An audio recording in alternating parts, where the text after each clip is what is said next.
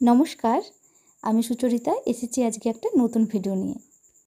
আমি অনেক ধরনের অনেক অনুরোধ পাই, কিন্তু সবথেকে বেশি অনুরোধ পেয়েছি কিন্তু এই হুইপ ক্রিম দিয়ে কীভাবে ফুল তৈরি করা হয় সেই বিষয়ে। এবং সেই কথাটা মাথায় রেখেই আমার আজকের এই ভিডিওটা। এরকম আরও ভিডিও আমি আগে অনেক বানিয়েছি, আমি অনুরোধ করব সবাইকে দেখার জন্য। প্রথমেই আমি চেরি ফ্লাওয়ারটা দেখিয়ে দিচ্ছি। তার জন্য নিয়েছি আমি একটা গোলাপের নজেল, এবং সেটা আমি টার্ন টেবিলের উপরে কিন্তু একটা বেশের উপরে বানাচ্ছি। টার্ন টেবিলের উপরে করলে কিন্তু এটা খুব ভালো হয়, কারণ আমরা হাতটা ঘোরাতে খুব ভালো পারি। এটা যদি একটা কেকের উপরে বসাই তাহলে কিন্তু কেকটা টার্ন টেবিলের উপরে রেখে করলেই সবসময় ভালো হয়। ঠিক এরকম একটার পর একটা পাপড়ি আমাদের করতে হয়। আর যতটা সম্ভব গোলাপের যে নোজেলটা সেটা একটু পাতলা নিলে আর একটু যদি কার্ভ হয় তাহলে কিন্তু এই চেরি ফ্লাওয়ারটা আরও সুন্দর হবে। আমার কাছে যেই নজলটা ছিল সেই নজলটা একটু সরু ছিল, এবং আমি চেষ্টা করেছি একটু তাকে এইরকম একটা লুজ দেওয়ার। তো যে কোনো নজল যদি থাকে যেটা গোলাপ ফুলের তৈরি করা যায়, তো সেই রকম কিন্তু যে কোনো নজলেই এটা পসিবল। যারা একদম নতুন তাদের বলবো, যদি এই ভিডিওটা দেখে অসুবিধে হয় তাহলে আরও স্লো মোশন করে ভিডিওটা দেখো।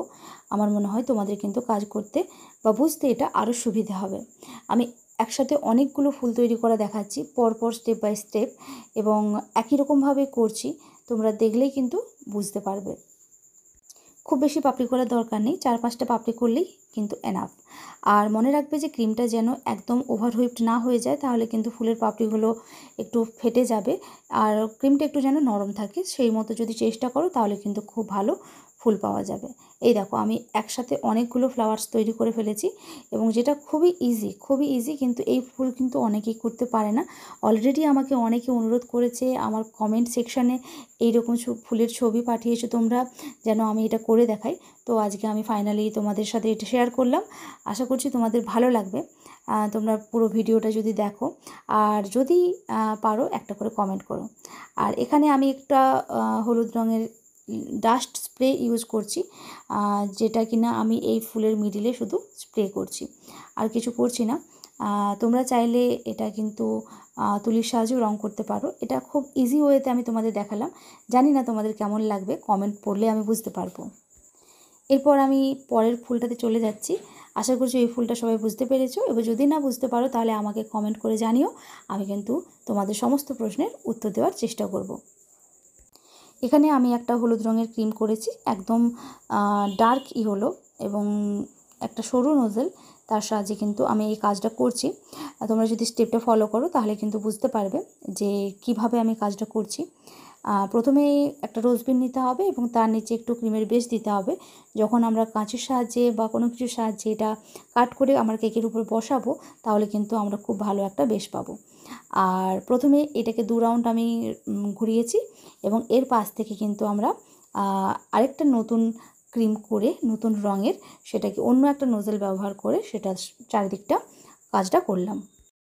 এই নজেলটা কম বেশি প্রায় সবার কাছেই কিন্তু এটা থেকে থাকে, তোমরা দেখলেই বুঝতে পারবে যে আমি কোন নজেলটা ইউজ করছি।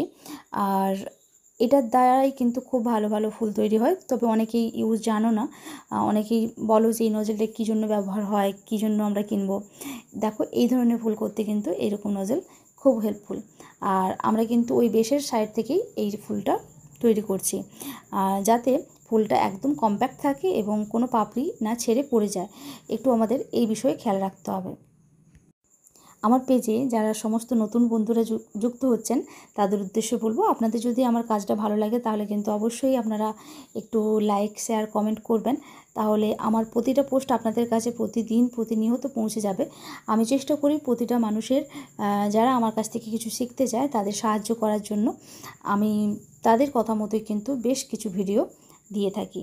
আমি যে পাপড়িগুলো করছি সেটা কিন্তু পরপর একদম একটু গ্যাপ না রেখেই কিন্তু করছি। দেখো, এইবারে কিন্তু আমি এটা কাঁচের সাহায্যে কাট করে এই কেকের উপরে বসিয়ে দিলাম। আমি যদি এটা বেশটাকে একটা কেক কল্পনা করি তাহলে আমি কেকের উপরে ঠিক এইভাবেই কিন্তু বসাই। সবার শেষে আমি একটু অরেঞ্জ কালার, লিকুইড কালার নিয়ে ভেতরগুলো একটু ডিজাইন করে দিচ্ছিলাম, যাতে আরেকটু সুন্দর লুকসটা আসে। আশা করছি হুইপ ক্রিম দিয়ে তৈরি এই দুটো ফুল আপনাদের অনেক কাজে লাগবে, এবং সুন্দর সুন্দর কেক তৈরি করতে পারবেন। যদি ভিডিওটা ভালো লাগে তাহলে অবশ্যই কিন্তু লাইক, শেয়ার আর কমেন্ট অবশ্যই করবেন। আমি প্রত্যেকের কমেন্ট কিন্তু পড়ব। থ্যাংক ইউ সো মাচ পুরো ভিডিওটা মন দিয়ে দেখার জন্য। আবার আসবো নতুন ভিডিও নিয়ে।